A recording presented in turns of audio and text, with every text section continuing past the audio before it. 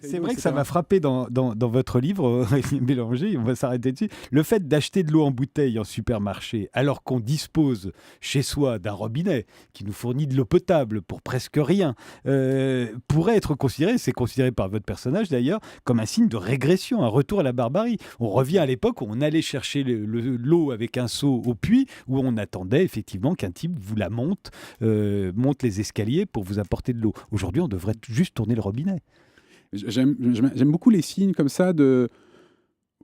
Je m'intéresse en fait beaucoup au progressisme, et c'est vraiment c'était le thème de mon premier livre, c'est encore le thème de celui-ci, le progressisme dans ce qu'il a de religieux et dans ce qu'il a d'un peu débile. À un moment, je parle des outils, par exemple, et c'est quelque chose que je connais bien, donc dans le fameux département de la Mayenne où se passe l'intrigue de mon bouquin, c'est la multiplication des magasins de bricolage. Ouais.